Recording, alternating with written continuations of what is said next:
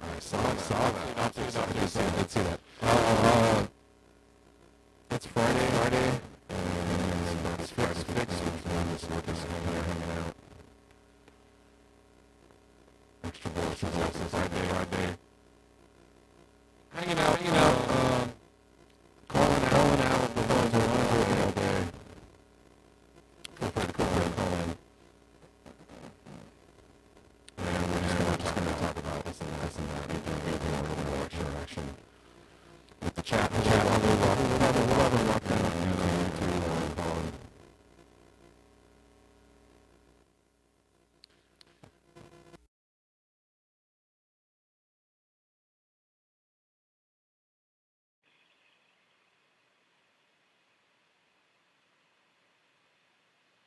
Okay. Is that any better?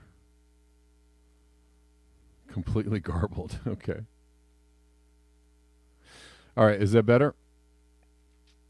Should be fixed. Sorry about that. Dang it and darn it.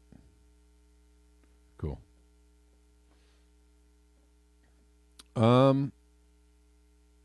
Yeah.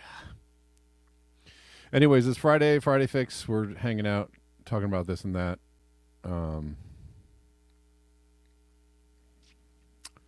Live on Rockfin. We're live on YouTube. We're live on Callin.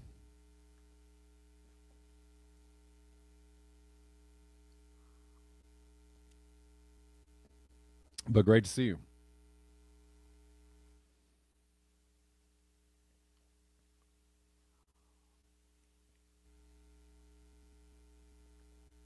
All right.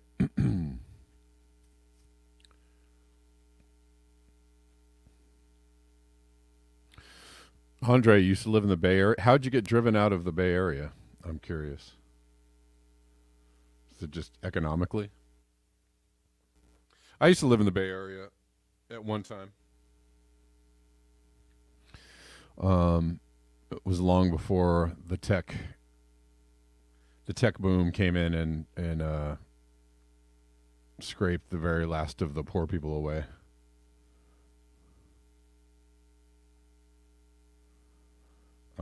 And now they all live, they didn't all go away. They just live in the streets now.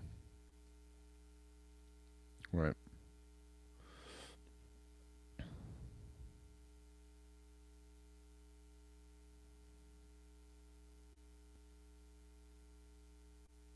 All right.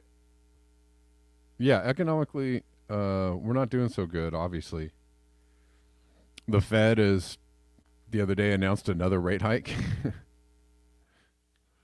Despite, they're like, we're doing the right thing, even though the moorings are coming apart. You grew up in Santa Clarita, excuse me. Right on.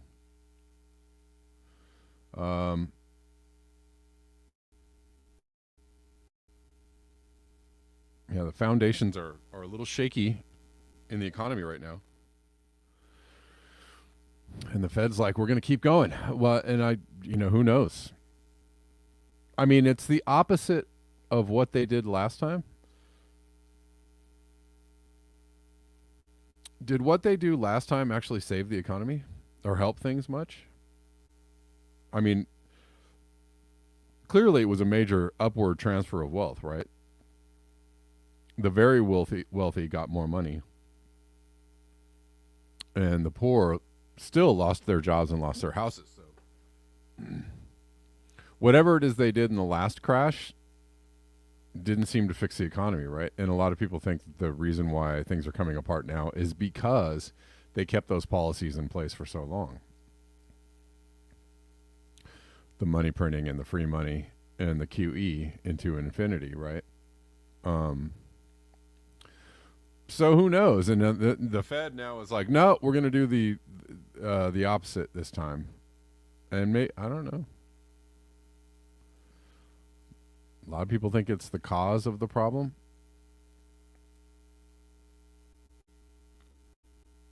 Who knows?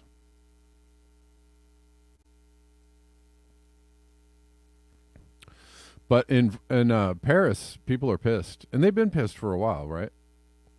in France. I see Paris. I see France. Sorry.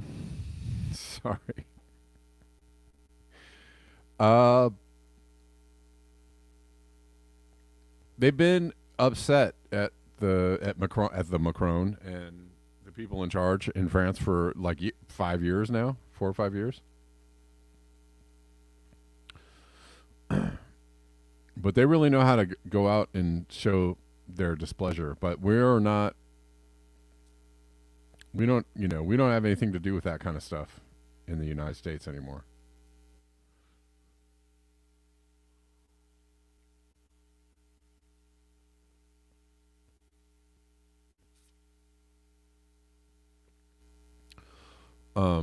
But they're majorly shutting everything down in France, and it's a great thing to see. Worth noting, French workers are bringing the state to its knees without a vanguard party. Everything we've seen for the last few weeks has been syndicalist praxis. I mean, it's whatever. I don't, French unions called for a general strike today, and the people responded. Over 200 demonstrations were held in the country, with upwards of 3.5 million on strike across the country. In Paris alone, unions estimate that 800,000 people turned out. That's beautiful. And the police are responding, with a lot of violence, a lot of ultra violence. I mean, it's whatever. Whether there's a vanguard party or not, I don't really care. I mean, there's unions, right? They have unions in France. Yeah, I don't know. Oceanic State. I'm like, I don't really. When people say that, they're just doing it, I mean, yeah, maybe. Americans are conditioned not to protest. Yes, Lone Wolf. I think part of the reason why Americans don't protest. Oh yeah, extra bullet. Saw some video of some of the French police giving up and joining the protesters. Love to see that. Well, yeah, when you have workers that keep the country running, like garbage collectors and farmers and who knows what else, right? If they are in the protest, then their presence alone will pretty much shut down normalcy.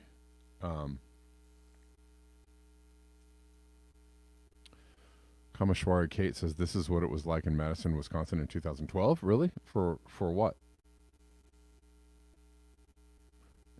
In 2012? Oh, you saw a style of protest. Over what in 2012? I'm curious.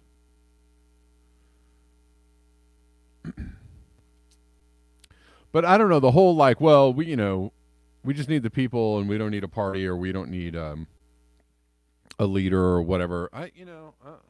That's fine. If the people are mad enough, they'll get out there. But you really actually do need somebody to go, hey, guys, over this way. Case in point in France, unions.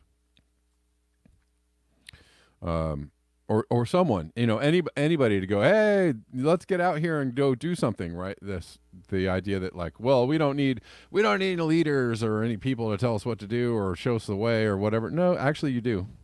You do need somebody to go, okay, I'll go. You guys want to come with me? That's called a leader. And you need somebody to do that. Anybody, right?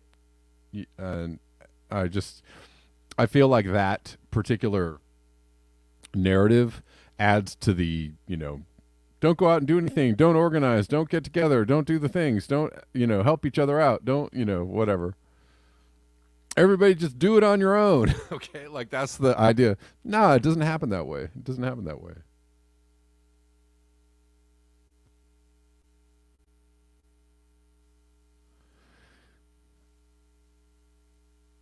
They take out leaders as quickly as they can, right?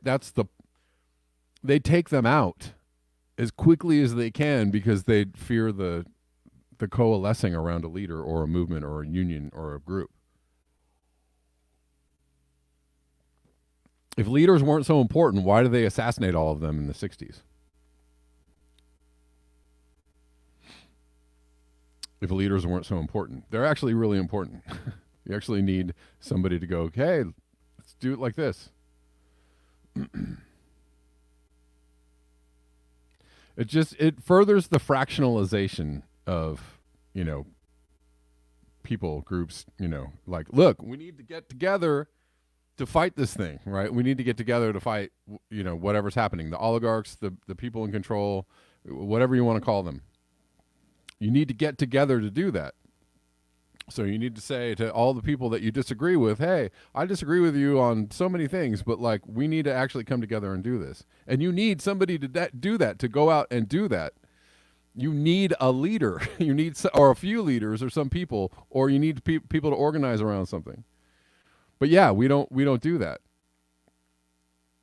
We don't do that in America, and we don't, and again, what I hear from alternative journalists is like, we don't, fine, if that's what you think, you don't need a leader. But like, no leaders and anarchy, and we don't need any groups or organizations or people showing the way or leading, blah blah blah. No, you do, and you should, hope that somebody steps up, and not immediately tear them down when they're really willing to step up and put themselves in the breach.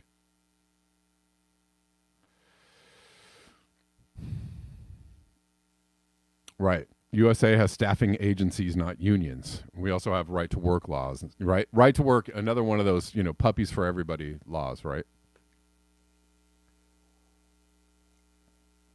It's perfect that they named it that. Right to work laws are laws that undermine workers' rights, right? Perfect. Puppies for everyone. Oh, yeah. Under the Puppies for Everyone law, we had to come and take your dog away. Sorry. But wasn't it puppies for... No, actually, you got to read the fine print of the law, which means that we're coming to everybody's house to take your dog away. You can't actually... No. But I thought it was... Yeah, that's the thing. That's what it is. Anyways, they're going for it in France, and it's great. And also the cops are going for it as well. Unfortunately, they are really like coming at the French people very, very hard.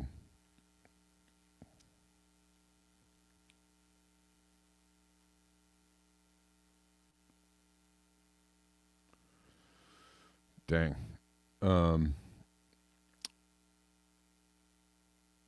Extra Bullet says you can have a puppy, but not a grown one. Fine print, right? Right to work. Oh yeah, actually, well, that means that it's way easier to like fire you and not let you have a job. Oh, I thought it was called the right to. Okay.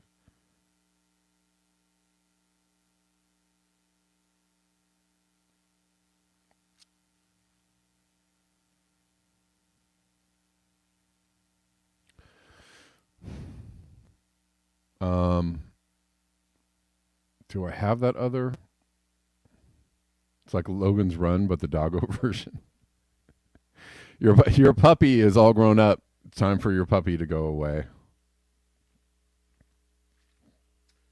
Your puppy is aged out of the system.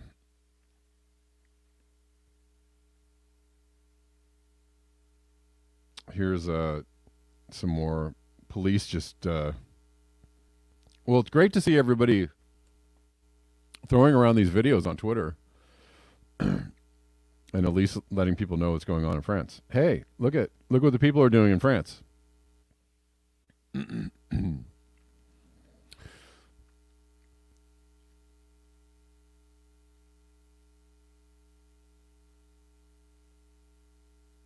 Professor Senkis says massive anti-Putin protests in Russia. Oh no, it's not anti-Putin. It's actually anti-neoliberalism.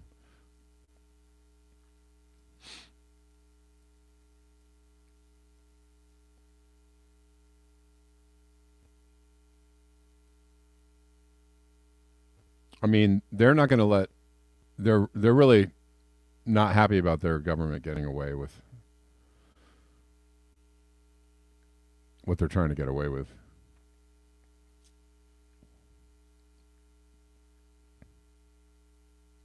But maybe it'll be contagious. I don't know.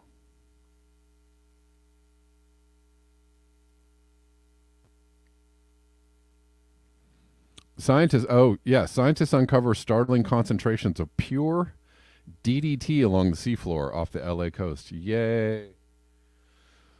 Oh, awesome, because I swim in those waters. Jeez.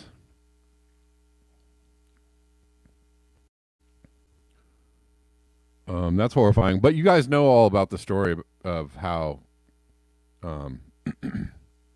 we just dumped barrels of DDT along the ocean floor, on the ocean floor along the California coast.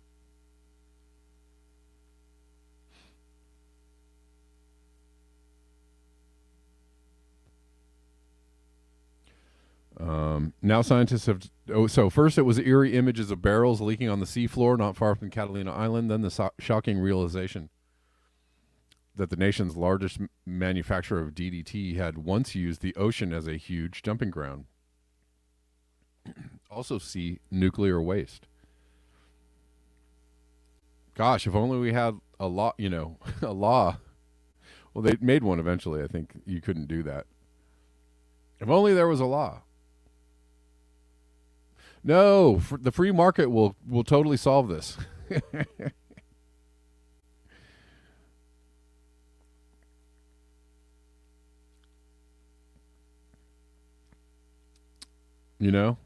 Free market, it just works for the people all the time, right? What is the deal? What is the deal with that?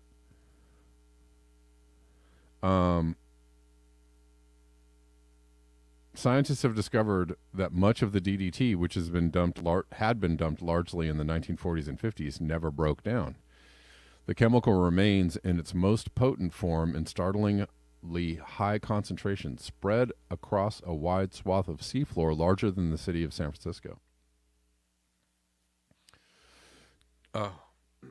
Drat. We still see original DDT on the seafloor from 50, 60, and 70 years ago, which tells us that it's not breaking down the way that we once thought it would, said UC Santa Barbara scientist David Valentine. And what we're seeing now is that there is DDT that has ended up all over the place, not just within this tight little circle on the map that we referred to as Dump Site 2. Where's Dump Site 1? I want to know where Dump Site 1 is.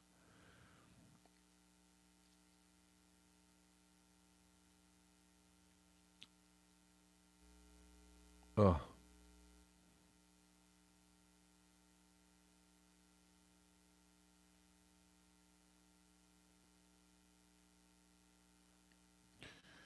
Anyways, the revelations confirm some of the science community's deepest concerns and further complicate efforts to understand DDT's toxic and insidious legacy in California. Public calls for action have intensified since the Times reported in 2020 that DDT banned in 1972 is still haunting the marine environment today. Significant amounts of DDT-related compounds continue to accumulate in California condors and local dolphin populations.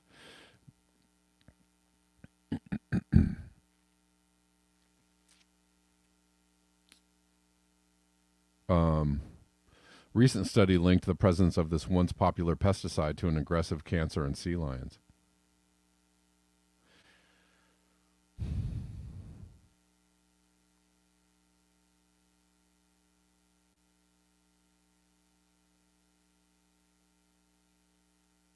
They've given money, the government has given money to this project, but it's only in the research department. What about y'all cleaning it up?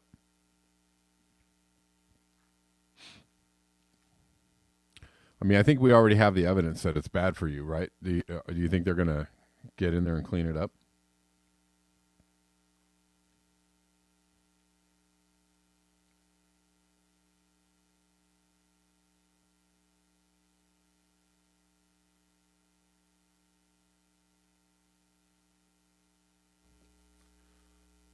Yeah, we're still polluting the environment today. Thanks to, the deregulating of organizations that are supposed to, protect us against that. You can thank a libertarian for that. Thanks, libertarians. Analysis of the sediment so far shows that most concentrated layer of DDT is only about 6 centimeters deep, raising questions about just how easily these still potent chemicals could be remobilized.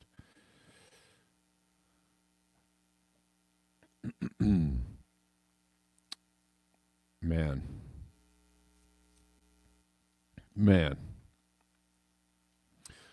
There are uncomfortably high concentrations of DDT and DDT-related compounds in the samples they studied.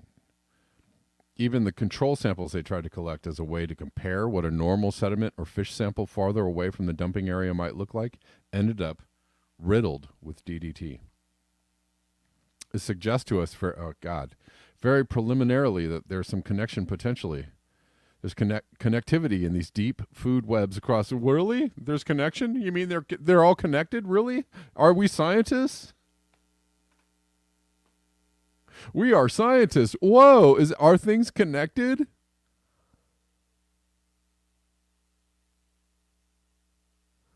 Give that man a degree.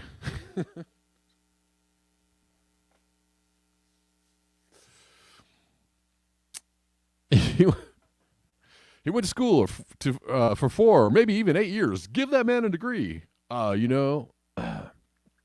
think these things might be connected. I'm a doctor.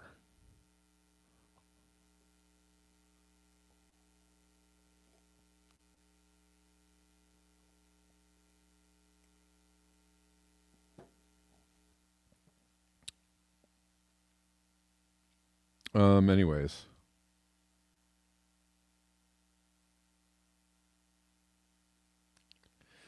Jeez, this is a horrific article. On top of all this research, the EPA has been developing its own sampling plan in collaboration with a number of state and federal agencies to get a grasp of the many other chemicals that have been dumped into the ocean.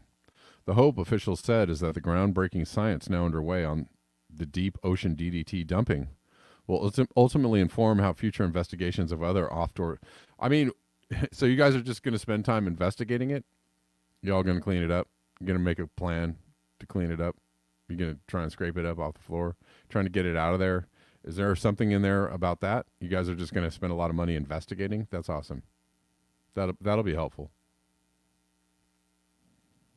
You don't need to know how bad it is. You just need to know that it's bad, and you just need to go get it off the goddamn seafloor.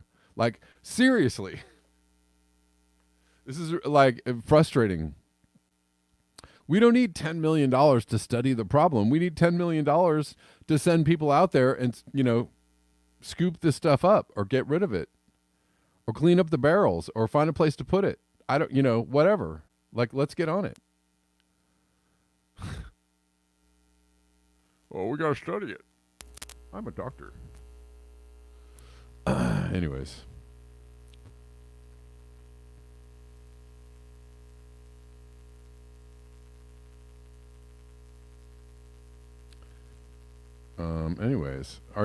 They're talking about investigating and monitoring. Are they talking about cleaning it up?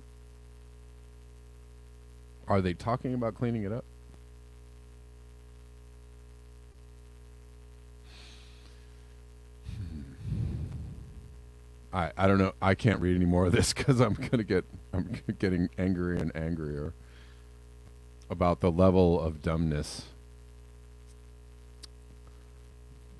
therein.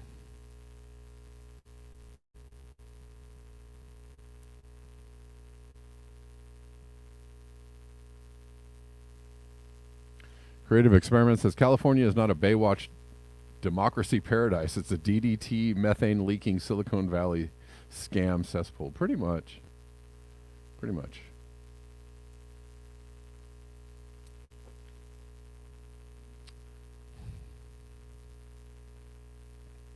We can't even build a train from San Francisco to LA.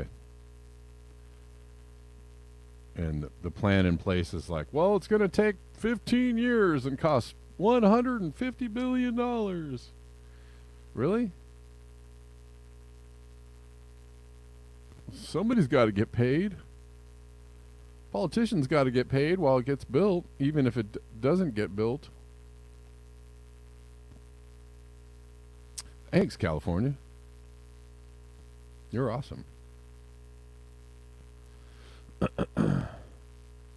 But we live in an upside down world, and now, you know, actually the title of my video was about the fact that I don't know, I just like the phrase stay woke personally. But woke, you know, there was a discussion about what woke means a few weeks ago. They try to make it seem like it was about racism, and it's not necessarily, I mean, somewhat, but it's about being awake. It's about being awake to propaganda, scams, the truth of how things work. That's what woke means. How, you know, being awake to how things are actually working. But woke has become, and so in some senses, you know, the people that are trying to uncover the truth about things and what's really going on are actually woke. They're truly woke, right? But woke has become a name that is said in derision of people who are, I don't know, solely concerned with, you know, identity, maybe, and throwing it out there as something that actually ends up blocking the access to truth, right?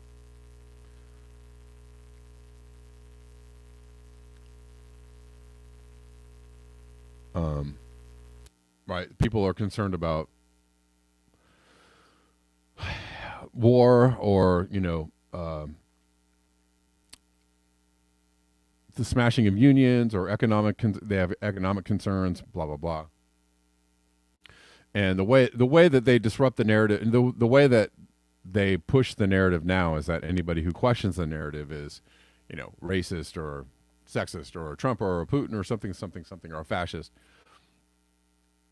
And usually throwing up, you know, this is thrown out by people who are of historically oppressed class, but they're not oppressed anymore because they're making a lot of money. Like Rachel Maddow, right? She's a woman. She's LGBT, right? So she is someone who belongs to a historically oppressed class, but now has a position of power and can tell you that anything, you know, whatever she says is the truth.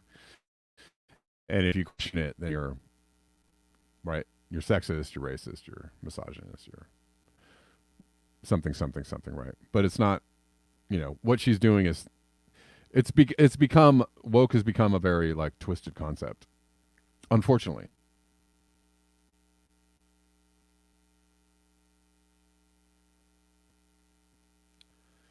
Right? Right? It's become something that it's, you know, something perverted. You know, trying to tell you that men can have babies, and, you know, and also play, you know, win awards in women's sports leagues and whatnot. I mean, that's just absolutely ridiculous, right? But if you question that, so it's meant to put forward an agenda that you know, kind of doesn't, is starting to twist, you know, reality in a way that most people are like, I don't know about that one. I don't know about that one.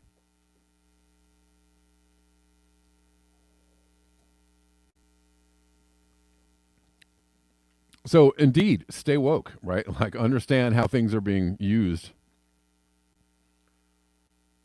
to divert your attention or divert the conversation away from the things that are important to other things, which are not unimportant, but not necessarily the issue at hand.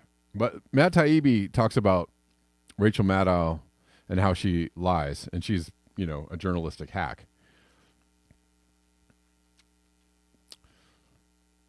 But she's not a white guy, and so she's a gay woman, so she's a great conduit for lies and hackery. That's why she's partially why she's there. All right. I thought of her as somebody who was very sincere on about the politics once upon a time, and to see this turnaround into this hyper patriotic,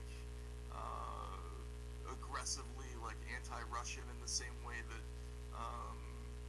that Bill O'Reilly was about Muslims once upon a time. It's the same formula, it's the same shtick. She has to know that it's the same shtick because she's good at it. In other words, it's to be good on TV in the way that she is a skill that you have to be analyzing it constantly, and she has to know exactly what it is that she's doing. So it must be a conscious choice. What people I think don't get is they'll come back at you and they'll say, yes, but she doesn't lie the way that Sean Hannity does. Well, first of all, she does a little, you know what I mean? I think in the last 5 or 6 years, I think you could argue that, it's a pretty tough call as to say, who's a bigger liar lately. But more than that, it's just the technique of feeding a gigantic audience this totally useless and regressive product, which is rage-based and emotion-based, and she has to know that she's kind of guiding people into a place of non-thought, and that's it's just disappointing. I guess you do it for the money. I don't know. I mean, I would think that she could make $1.5 million or $2 million doing something better, but whatever. It's a choice that people make. Right. I just want to respond to Nadia a little bit. I'm not sure the happy medium, she says, is a place where right-wing anti-trans talking points are worth considering. I don't know. Well, it depends on what you mean by that. I'm not anti-trans, and I don't care if anybody is trans, but I'm not going to, I'm not going to play the game that, men can have babies and compete in women's sports because they're not women. So women are women and men are men. Biologically, that's a thing. And you can play make-believe all you want. That's fine. But you have to know at some point you have to actually realize that it's make-believe. Or it's just, your biology actually does override, whatever you think that you are. And that's not a right-wing talking point at all. That's just, a lot of people feel that way. And you can call me whatever you want to call me. You can call me, blah, a turf or I don't care. I don't really care. I just, I'm not going to play that game. And a lot of people I know aren't going to play that game. And they're certainly not right-wingers. So, but that particular talking point is a way to drive people insane, right? That's a way to, and also to get people to accept that 2 + 2 = 5. And so that is not. I'm not anti-trans. I'm not anti, gay or anything. People can do whatever they want to do. I don't, I fully support them. But at some point it gets a little crazy. Or, encouraging kids to get sex changes, or right, or making it available, which it shouldn't be. If you're under 18, there should absolutely be zero discussion of, operations or hormone blockers, or I'm completely against it. I'm not into it. If you want to do that after you're 18, go for it. You are an adult, but you can't say a kid, a child can't operate a motor vehicle, or can't join the military, or can't have alcohol, or can't have consensual sex. but they can change their they can change their sex. No, I'm sorry. That's insanity. So I just don't support that. And the emotional, what he's Matt Taibbi, when he says, she's driving people into an emotional reaction, that talking point of like, well, if you don't agree with this, you're a right winger, you're crazy, you're a fascist. No, that's not. No, that's an emotional appeal to like, well, you must believe what I believe, or else you're the worst person ever. No, that's not true. That's not true at all, because there's a lot of people out there that don't agree with this and don't want to go along with that, and that doesn't make you a horrible person. It doesn't mean that you want, trans people to die. That's not what it means at all. At all. On any level, right? But they're trying to make it seem like that if you disagree, that you want them to die, and that is just a horrifically insane thing to say or to think or to make or to force on people. It's insane. But they're trying to do that, and that has become the essence of why woke is a joke, right? Why, woke is a joke now, right? And the thing is if you actually want to be woke, you would understand that's what they're trying to do. They're trying to scramble people's brains under the banner of like, oh, equity, and there's a point at which it's like, all right, no, that's not really what it is. And so, what I'm saying it has nothing to do with right-wingisms at all. There are a lot of people that are just not down with that. But they're trying to make it seem like if you think that, it's right-wing. That's the brain scramble. That's the Jedi mind trick.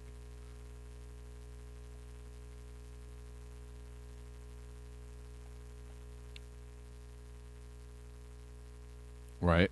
Or, I don't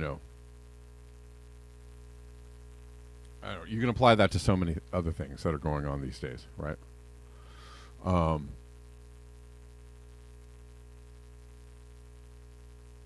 So stay woke.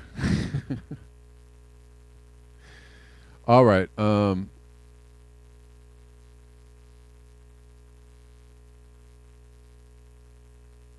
What else are we covering today? Oh, this is great. Going back to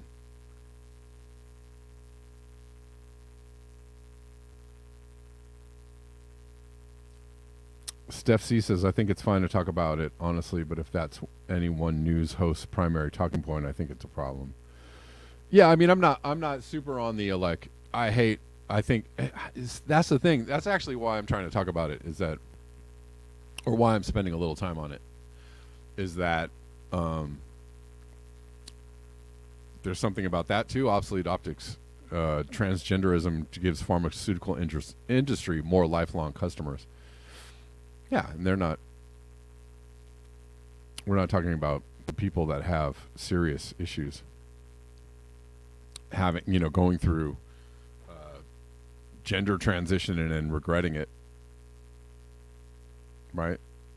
And there's lots of those cases, right? But we don't want to, that should be taken in as a whole, in the information as a whole, and not just rejected outright or like, oh, you're a transphobe. No.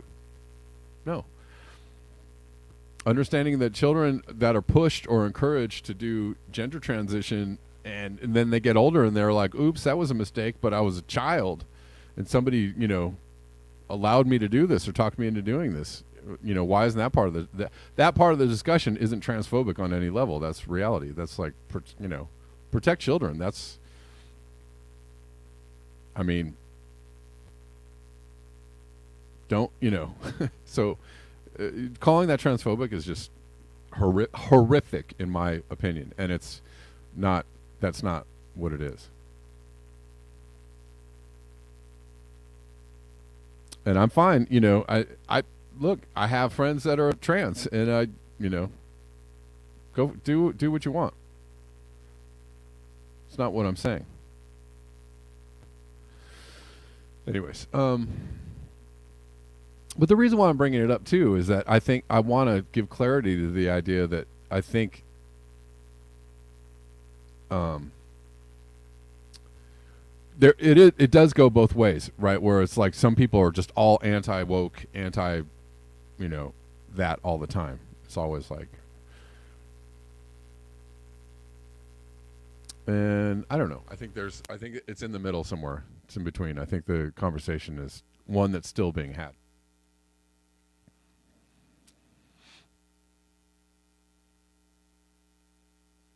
Let's see. Peter Dines, the junk mail. The amount of energy used to produce junk marketing is equivalent to running 2 coal-fired power stations 24/7 all year round, just in the U.S. Why are we doing this? It should actually, again, there ought to be a law. There ought to be a law.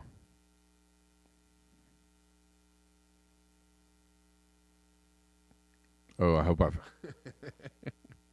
glad I'm gonna lose people on that last topic, and probably some Twitter followers. I don't really care. I don't care because I'm not playing that game with y'all. The amount of energy used to produce junk marketing is equivalent to running 2 coal-fired power stations 24/7 year-round. It's just why do we even have Reflect the Sun says my daughter had a friend at 15 who wanted to transition. Now they are glad they didn't at 21. Just one anecdotal story. Exactly. That's the thing.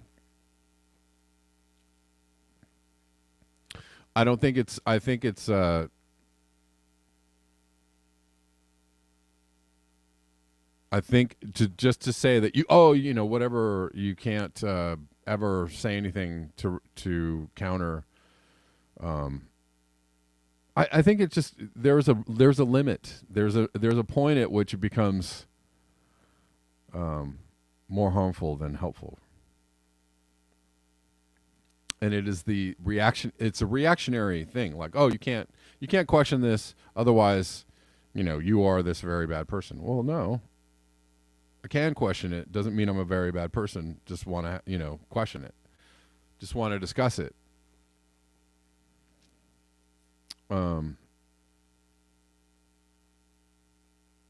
Obsolete Optics says every time you say there ought to be a law, you're advocating for men with guns to enforce that law. I don't know. I don't know that I'm advocating for people with guns to enforce this law, but I mean, if there's there are safety laws. There are laws about safety in the books, right? There's a law or a rule that 2 pilots need to be in an airplane, right, for safety. So that I feel like that's a little bit of an overreach there. The law is supported actually more so by, it's a requirement, and if you don't follow the law, then you might have your airline license taken, or you might be sanctioned, or you might whatever. So I think it's a little bit,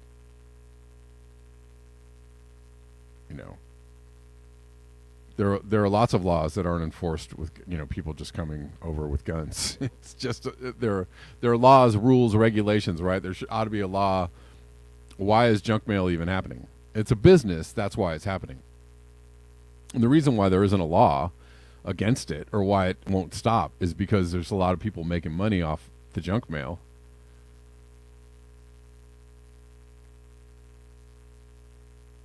You can't sue without a law, right?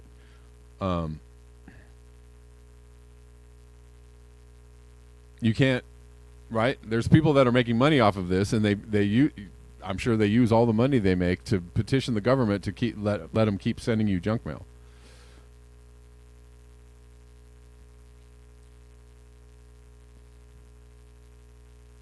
Scott Andrews just says, just have the mail service refuse bulk mailing. Right. The paper lobby would put up a fight, says Extra Bullet. Right. That's the reason why you get junk mail, though, is because there's people making money off the junk mail. Whether you open it or not, whether you care about it or not, whether you read it or not. You know what is the most insane thing to me ever? Is that the goddamn Sierra Club, right? Or the World Wildlife Fund, or these environmental companies,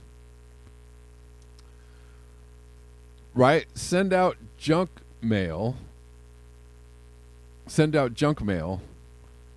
They're environmental companies, or organizations. They are concerned with the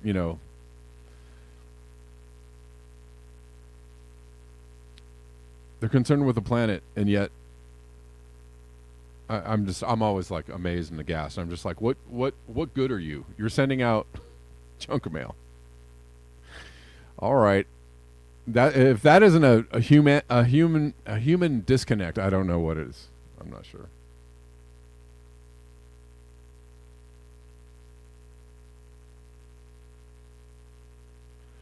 Obsolete optics. Seatbelts are for my safety, but if I don't wear mine, I may be stopped, questioned, searched, and fined. Yeah. If I do not consent to this, I may be. I mean, yeah, man, but I mean, it's like.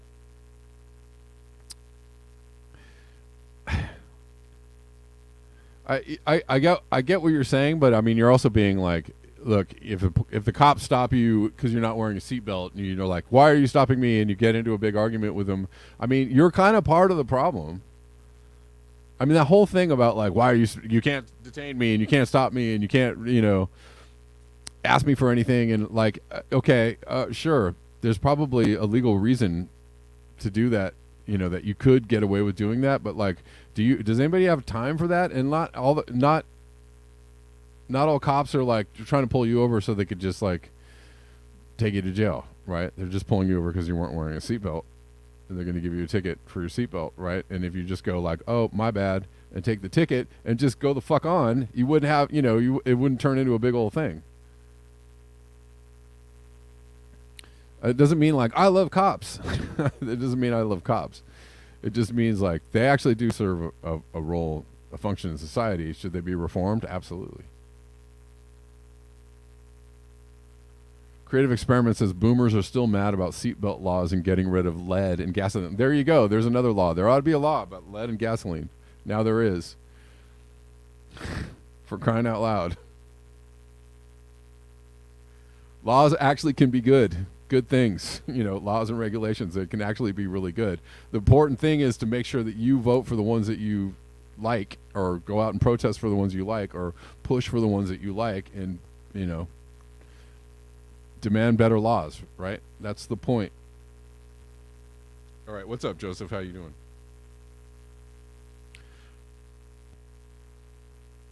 Hello. Hey. How are you doing? I'm doing all right. I'm weirded out by how far ahead the Rockfin version of you is compared to the call-in app, or vice versa. Rather. Oh yeah, no, I know. The Rockfin is a lag. Right. And YouTube as well, I think. It's kind of creepy. Yeah, it's just the way it works. So I had kind of a verbalizable epiphany. Okay. Listening to you today so far. All right. All these topics that we're talking about, and I know other people and you have said the same thing. So I'm beating a dead horse, and sorry, horse. I love horses.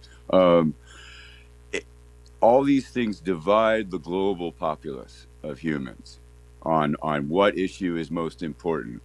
And everyone agrees that a unifying issue generally speaks to the larger crowd in a better way if it fundamentally serves the larger crowd, right? Right. Okay. Oftentimes governments, history is rife with the example of war, as a reason to unify. And that's always something survivability is dependent upon, according to those writing the history, and probably talking to people into carrying the war out.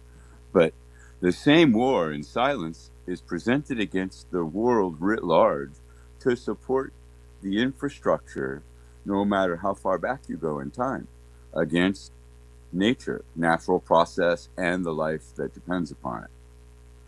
Right. And I say this because I know we're all pulling our hair out on how to approach these things. and where's the right energy supposed to go? You know, do you spend time on the politics? Do you spend time on this issue, that issue?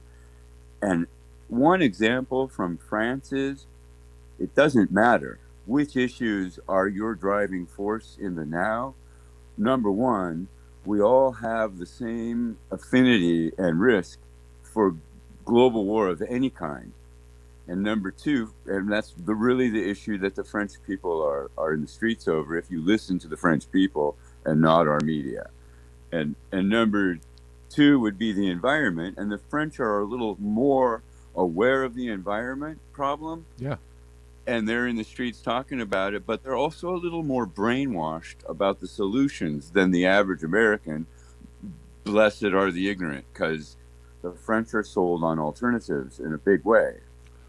And so really what the world is on unifying on those things being the same and yet brainwashed, right? Sure. Okay. I don't know, is that an epiphany, or it's how to put it all under one roof is really the question. And the question, I think, to me is like lead in the gas. There's a reason there was lead in the gas. It's not just profit and corruption. It literally prevents pinging. You know, pre-ignition, which destroys your engine. Right. And they needed an alternative when their health things came out and it became a liability. So they gave you a smarter one, not a better one. Right. It's the same damage in a different way, and it's going to take a different time frame just for it to, you know, be determined on how much damage it's doing in one aspect or the other of life. It's there. It's the same thing all across the board. We're all trying to point our fingers at certain things, and we live on a platform that depends on every bit of what we're pointing at, including the elite, because they're the ones that get to live the aspired life for turning a blind eye to how much damage they can see from so high up. Right. So we can live our life. Yeah, you've said stuff like this before. Right. So I'm just saying we need to work on a common banner now, because we don't have the time to go from the top down. We have to go prongs in all directions, but people have to understand from the lead in the gas all the way up to how heat's not going to get rejected to space from a bunch of mirrors to save us. Right. And then, what's the most effective way to spend our energy? And how do you want to go about that? A lot of physics to understand why stuff's got to go back in the ground, and let alone stay in the ground if it's there now. Yeah. Not just oil. So I think the first thing is thermal mass, not CO2, you know? What are your thoughts? I'll stop talking. I'll even get off this. I don't know. It is something that we've talked about a lot, but also just such a big, you know, stopping or halting or changing the course of planetary destruction is just such a huge issue, right? It's just so like all engulfing. Okay, so survivability. You know, yeah, I mean, it's like, I mean, I feel like, and I'll be bluntly very unpopular for saying something like this, but like, you know, something like being a stoptivist or you know, yes, we should stop, you know, encouraging. We should stop or protest planetary destruction, but we should stop encouraging planetary destruction, which, you know, to me is just like, is very much like just taking yourself out of the normal consumerist society, right? I agree completely. And it's like that's hard enough. That's hard enough right there. Even taking yourself out, taking myself out of the consumer, you know, thing is just so it's hard. It's hard to do because, you know, we're communal creatures, and we, you know, there's nothing worse than being shunned from your community or your family. Right? And so if you don't play along, if you don't play the game that everybody else is playing, then you risk being an outsider, being alone, being shunned, being, you know? So it's really hard. It's really, really hard. Not only that, it's harder to do any of that alone. And particularly if you have dependents and you're doing it alone. And the dependents don't have to be human. I have fish and parrots, and I got to tell you, I'm extremely dependent on everything you just said, and very alone. And if I were really alone, just me, all I need is a tent, really, and a way to find food. Dude, I'm right there. You just said like a really awesome thing in a way because okay, so yeah, I live in a a regular house, and I have a family, and I engage in the world in a very normal kind of way.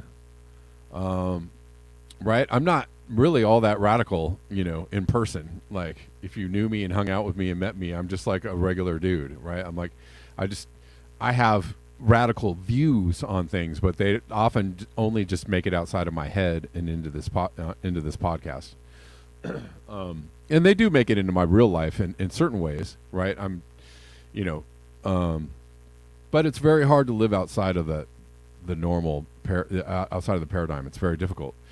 However, when I'm, driving around looking at all the homeless people in Los Angeles, and a part of me is like, look at this horrible society. Look at how horribly we have organized ourselves, right? That this is this is what people are getting from the system, which is nothing. Another part of me though is like, well, look at all these people just kind of making it, living in tents, right? Like, look at, there are actually people that are, it's not the, a lot of people will go, oh, that's horrible and horrific, and like, oh, that people have to live that way and it's subjected to, and part of my brain is like, yeah, but, how it's kind of like, was summer camp horrible? How free this might look, to me, actually. There's a lot of freedom. No, I agree. There's a lot of freedom in that, and people would be horrified that I said like, oh, there might be freedom in being homeless. There actually is free. Some people choose to be homeless. Why do they choose to be homeless? Because it's free. Because it's free. It doesn't cost any money, and you don't have to engage in fucking society, and you don't have to fucking play the game. There are people out there that choose to. I've spoke with people who worked with homeless people. They worked with homeless people, right, trying to get them housing and shelter and all that. And a few of them have said to me, yeah, a lot of these people don't want your help. They want to be here, right? If you ever read what's the book? I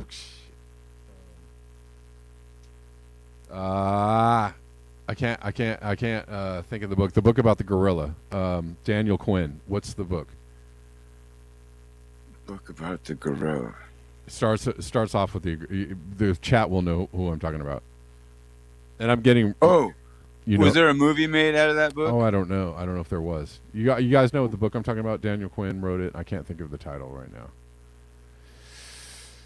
now.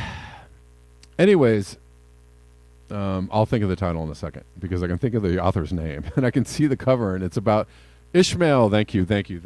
Obsolete Optics. Oh, Ishmael. Okay. Anyways, in this book, he talks about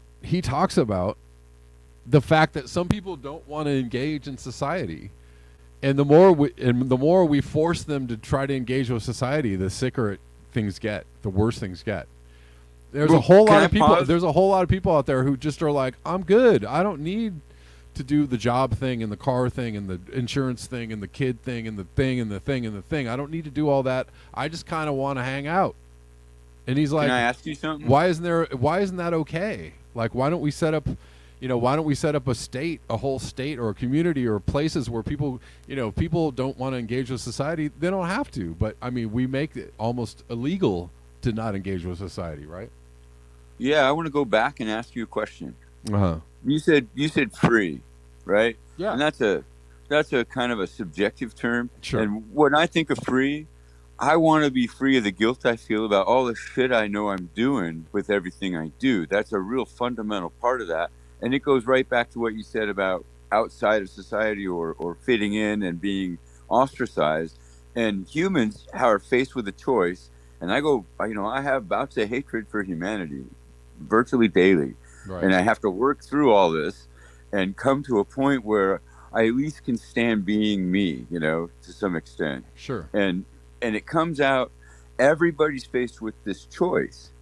It's every point of their life becomes, if they're deeply rooted in them, in their existence and awareness, it's like, am I ostracized from the whole world of life, or just my family and friends and my social group?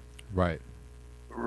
And Sure. what kind of choice is that for anyone? Because as a child, you're not going to survive if you make the choice that says you got to be connected to everything outside your social group's allowances. You're just not gonna, on average. Right. And as a young adult, you may not either. And as an adult at any point after that, it's a line of insanity to make that choice, as long as you're aware. If you're willing to drink your way out of awareness, work your way out of awareness, Right. you know what I mean? Right. Then you're fine. Or just become something that you don't have to think too much in another direction. And I look at everyone as both perpetrator and victim in that sense, including myself. Sure. Which Right. I know you do as well. Yeah. And I mean, Yeah. oh, that's the thing, is like all the,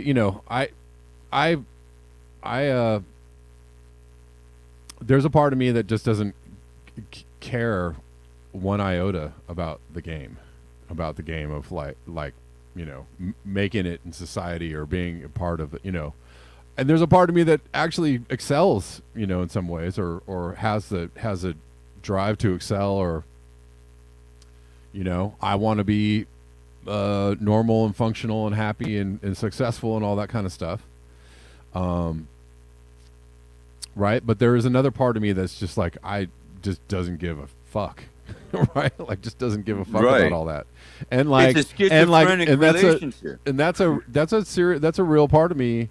And I had the realization the other night that, like, there's a part of me that is just so cynical about what everybody engages in, like, just extremely cynical about it all. And like, I don't, there's a part of me that just really does not, whatever it is you're into, I don't care. I just really don't care. It's probably something stupid. You know what I mean? Like, it's just whatever. Yeah. It's just like, God, and I don't know how to turn that off, or even if I should, but like, I don't have an answer for that. I'm right there with you. Yeah, It just is. It's the truth. Right. And it's just like trying to find what actually is the and what do we have if we don't have this, how we live, this paradigm, how everybody has agreed to organize themselves together. If we don't have that, what do we have? What does it look like? What does it mean? What does it feel like? And I don't know, and I don't know if anybody wants to go back to living, a harder life, right? Try and convince people that they should go back to living a less comfortable life. I don't know. That's a hard one. I'm not sure they have to. They don't have to, but right. I mean, no. I mean, I don't mean. I mean, even if I were king of the world and I said do this and everybody did it like a giant ant colony, and lost all these amenities that we all think make life so wonderful. I think, like the homeless people, if everybody just saw life as a wandering, one thing that violates nature is staying in one place. That takes a lot of energy. It just violates too many things. And once you lose that addiction and have the ability to wander around like it's a nature walk, and you play games and eat food that's a little different with each location, region that you go through, maybe it's not so bad at all, since that's what rich people aspire to do, is travel around and eat different cuisine and play different games. Right. Right. I mean, It's a little slower is all, right? It's a little slower, right. It's not so jet setty. It's not on your eco yacht. Right. So, I mean, how purposes are we talking? Right.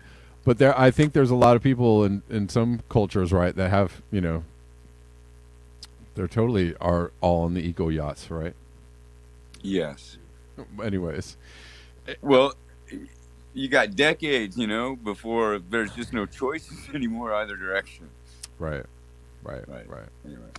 Thank you. Thanks, man. Hey, William, I got to wrap up the show, brother. And thanks, Joseph, for the call. I can't go any longer. I've gone way over time. But so William, can I get to you tomorrow? And thank you all for hanging out. I really got to go. And thanks for hanging out today. I know we went into a lot of weird places, and hopefully I didn't make anybody too exceptionally mad. I probably did. All right, I'll see you all tomorrow at the regular time, and peace.